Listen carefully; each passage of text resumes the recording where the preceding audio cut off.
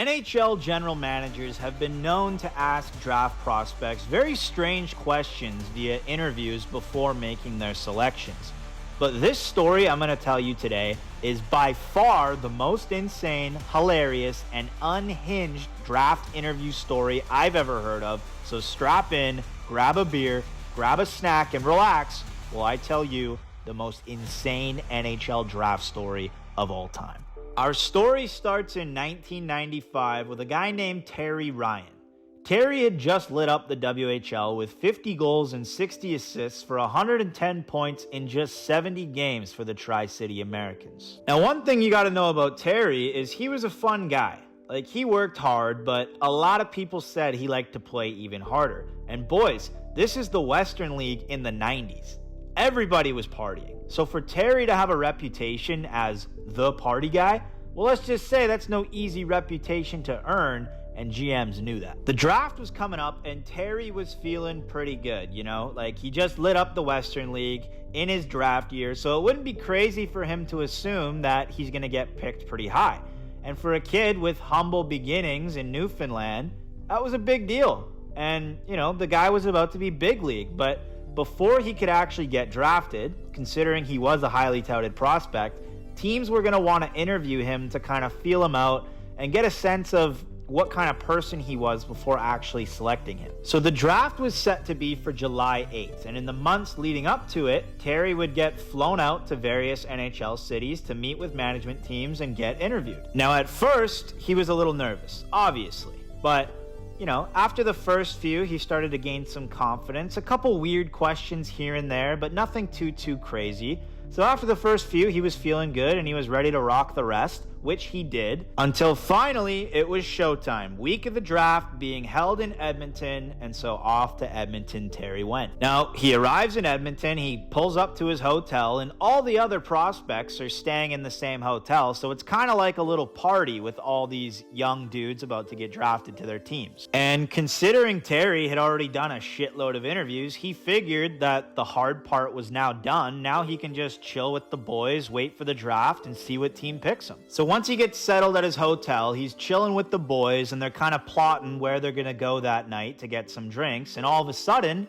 Terry gets a phone call, and it's his agent. And his agent goes, "Terry, there's two more teams that want to interview you, Tampa Bay and the Islanders." And Terry's kind of like, well, fuck, man. Like, I'm getting ready to go out with the boys here. I thought I already had done this shit. But the truth was, Terry still had anxiety about not getting picked. So while he wasn't necessarily happy to do these two additional interviews, he wasn't going to pass up an opportunity. So he said, okay, bring it on. Let's do it. So his agent tells him that these two teams that want to interview him are actually staying in the exact same hotel as Terry at the Town Plaza in Edmonton. So Terry's agent just gives him a room number and says the Islanders are going to go first, so just head up there. They're waiting for you. And Terry's like, all right, perfect, let's fucking do it. So he hops into the elevator, he heads up to the right floor, and he's walking down the hall until finally he hits this room number. And the door's already open, and as soon as he walks in, there's the executives and scouts sitting all around this table with just two empty seats at the head of the table. So Terry's first thought here is like, oh, fuck me, two empty seats, which one do I pick? He's obviously standing there like kind of nervous, kind of awkward, but he just decides, fuck it, I'm just going to pick this one. So he sits down in one of the chairs, and his back is facing the window, and he's facing the entire room and everybody in it. And so once he's seated, all of the people in the room with him, these Islanders executives, aren't even asking him questions. They're just buttering him up, talking about what a great year he's had and all of his skill sets and how they like this and that about him. And Terry's just kind of thinking to himself, like, what the fuck's going on here? Like, this is the easiest interview of my life. They're just stroking me off. When all of a sudden, Terry hears some footsteps coming from that adjoining room that he first walked past when he walked into the room. And as this person opens the door and walks into the main room, Terry notices that, oh shit, that's Mike Milbury, the GM of the Islanders. And so he walks into the room, and everyone else just kind of gets really quiet real fast. And Terry can tell that he's got this aura of authority about him. And so he walks closer and he stays standing while everyone else is seated. and he just throws his scouting papers on the table. And right as he's about to take a seat at the head of the table, directly across from Terry, he says very casually, "You skate a lot faster with the puck than you do without it, eh?" And at this point, Terry's done a lot of interviews, right? And the way these other interviews had gone is they asked questions very cordially and very respectfully, but Terry could tell right away that Milbury was not like that. Like, the way he said it, "You skate faster with the puck than without it, eh?" It made him feel like Milbury was trying to pick on him, like he was a bully at school. It had that vibe to it. So Terry just replies, yeah, I guess. Like, Terry can't even tell if that's a jab or a compliment. He really doesn't know. And then Milbury responds, "Yeah, and I think you got lucky against Wade Belak," referring to a fight that Terry had earlier in the season. And Belak was a tough guy. And Milbury goes, "You fight that guy 10 times, I bet you lose 9. That was fucking lucky." And Terry just replies, "Okay, well, I didn't. We fought once, and I thought it was a good fight." And then Milbury responds again, "And you know what? It's a good thing Damon Lankow played with you all year, because if he didn't, you wouldn't have had all those points." And at this point, Terry can tell that Milbury's just trying to fuck with him, and he's kind of being a dick. So Terry responds, "Well, it's a good thing Lankow played with me too. Otherwise, he wouldn't have had all those points." And so now they're both just kind of getting agitated, and they're both going back and forth at each other. And it's not a joke. Everybody in the room can tell that it's not a joke. You can feel the intensity, and everybody's silent in the room except for Terry and Milbury. So Milbury finally goes, "Okay, tough guy, I'm going to give you a scenario.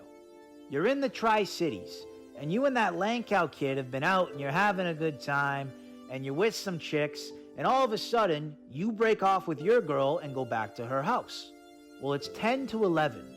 It's a 10-minute drive home, and curfew's at 11. But she spreads her legs and says, 'Do me, Terry.' What do you do?" So Terry kind of thinks about it, and he's like, "Fuck, well, 10-minute drive home, curfew's at 11, it's 10 to 11, girl wants to bang me, fuck, okay." I don't think he's kidding, so what would I actually do here? Like, this is what Terry's thinking about in his head. So Terry takes a long pause, and he takes a big sip of his water, and instead of referring to Milbury as Mr. Milbury like he had been doing for the last 10 minutes, Terry goes, "Well, Mike, I bang her for 5 minutes and then I speed home." And Mike just goes, "Get the fuck out of my office." And all the scouts and executives have their hands over their faces, trying not to laugh, but everybody's kind of laughing. So Terry just gets up and he looks over at the door as he's walking that way, and he notices that Phil Esposito, GM of Tampa Bay, his next interview, is standing in the doorway laughing. So Terry walks over and Phil just pats him on the back, directing him to the next room, and goes, "Great fucking answer, kid." And so Terry gets into this next room, which is right next door, and the only other guy in the room is Phil's brother, Tony Esposito.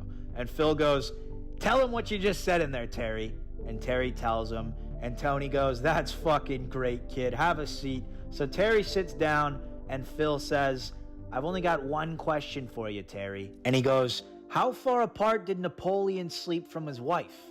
And Terry goes, "A Bonaparte?" And Esposito replies, "Fucking rights." And then Phil goes, "Terry, I'm not going to draft you. You're not a good enough skater. I got to be honest with you. But we are very interested in your line mate, Damon Lankow. Now, what kind of a guy is he, Terry?" And Terry goes, "Oh, well, I mean, he works hard and he treats the rookies good." And Phil cuts him off and goes, Terry, what kind of a guy is he? Would you guys hang out? Does he stick up for you in all situations? What kind of a guy is he?" And Terry goes, "Well, yeah, of course he does. Like, he's one of my best friends." And Phil goes, "Perfect. You just won yourself a good story." And he passes Terry a Coke and goes, "What do you want to hear about, kid?" And Terry goes, "Well, I've always wanted to meet you and hear about the 1972 Summit Series." And so for the next hour, Terry just sat and enjoyed his Coke while the legend, Phil Esposito, told him tales of the old days and the 1972 Summit Series and how everything went down. And that very next day, Phil Esposito and the Tampa Bay Lightning would go on to draft Terry Ryan's line mate, Damon Lankow, 5th overall. Now, Terry himself would end up getting selected 3 picks later by the Montreal Canadiens, where he would go on to play 8 games in the NHL, but spent the majority of his playing career in the AHL and other pro leagues. Now today, you can actually find Terry Ryan on the TV show Shoresy as Hitch, or one of his many appearances on Spit and Chicklets, which is actually where we heard this story originally, which you can also go back and listen to. But the point is, this guy, Terry Ryan, is an absolute national treasure, and that is today's story, folks. So if you enjoyed that and you want to hear more wild hockey stories just like this one, subscribe. Because if you don't do that shit, I don't keep making this shit. Cheers, boys.